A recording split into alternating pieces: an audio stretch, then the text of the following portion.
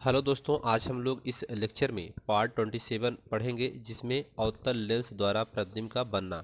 इसके पहले वाले लेक्चर में 26 में उत्तल लेंस द्वारा प्रतिबिंब का बनना पढ़ चुके हैं। तो इससे पहली स्थिति देखते हैं, जब वस्तु अनंत पर स्थित हो, यानी इस अवतल लेंस से वस्तु अनंत दूरी पर स्थित हो तो उसके द्वारा प्रतिबिंब कैसा होगा। तो वस्तु जब अनंत पर हो तो वस्तु के सिर से आने वाली परस्पर समांतर किरणें लेंस से अपवर्तन के पश्चात जिस बिंदु पर अर्थात द्वितीय फोकस पर मिलती हुई प्रतीत होती हैं, वहाँ पर वस्तु का प्रतिबिंब बनता है। और हम जानते हैं कि जब प्रतीत होती हैं वर्ड आता है तो वहाँ पर आभासी प्रतिबिंब बनता है। और अवतल लेंस में जिधर वस्तु होती है उधर ही प्रतिबिंब बनता है। तो ये अवतल लेंस की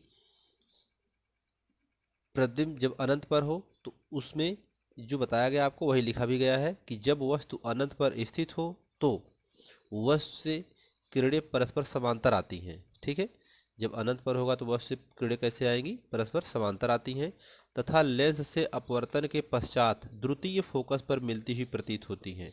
ये द्वितीय फोकस है तो इस पर मिलती हुई प्रतीत होती हैं, और लेंस से अपवर्तन के पश्चात ये चली जाती हैं तो प्रतीत होती हैं F2 पर।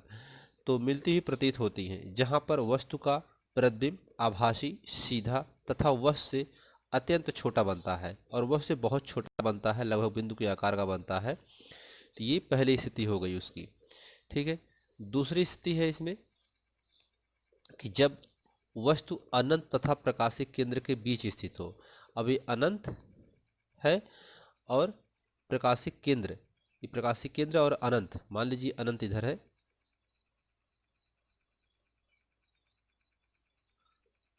ये अनंत है, तो अनंत और प्रकाशिक केंद्र के बीच स्थित हो वस्तु।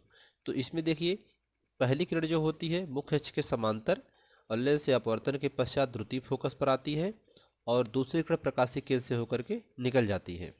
ठीक है, तो इसमें इस किरणें जहाँ पर मिलेंगी वहाँ पर वस्तु का प्रतिबिंब बनेगा।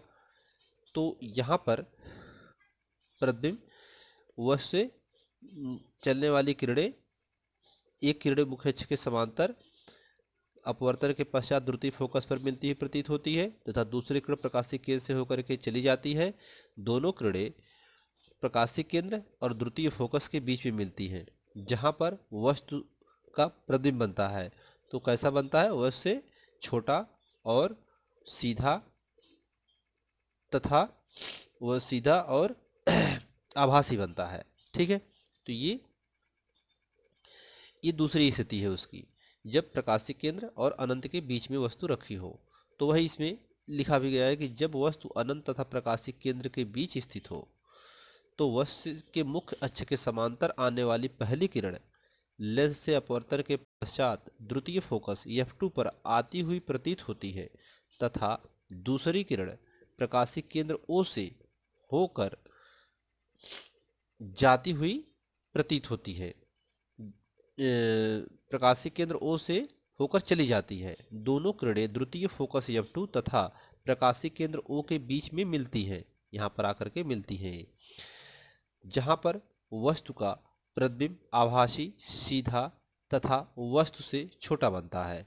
ठीक है, तो इसमें हमेशा आभासी, सीधा और छोटा ही बनता है, हमेशा यही होता है, और वस्तु की तरफ ही बनता है, जिधर वस्तु होगी उधर ही बनेगा। तो अवतल लेंस में दो कंडीशन है, दोनों कंडीशन बहुत सरल है।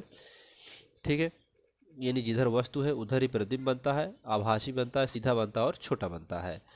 और एक नोट वही चीज़ यहाँ पे लिखा गया है आपको कि अवतल लेंस द्वारा वस्तु की प्रत्येक स्थिति के लिए प्रतिबिंब वस्तु की ओर ही और प्रकाशिक केंद्र और द्वितीय फोकस के बीच बनता है। हमेशा कहाँ बनेगा, प्रकाशिक केंद्र और द्वितीय फोकस के बीच बनेगा, और यह वस्तु की ओर ही बनेगा, तथा सदैव आभासी, सीधा व वस्तु से छोटा होता है। ठीक है, तो ये आपका अवतल लेंस की दोनों स्थितियां हो गई हैं। अगले लेक्चर में आपको चिन्ह परिपाटी के नियम बताए जाएंगे। तब तक के लिए धन्यवाद।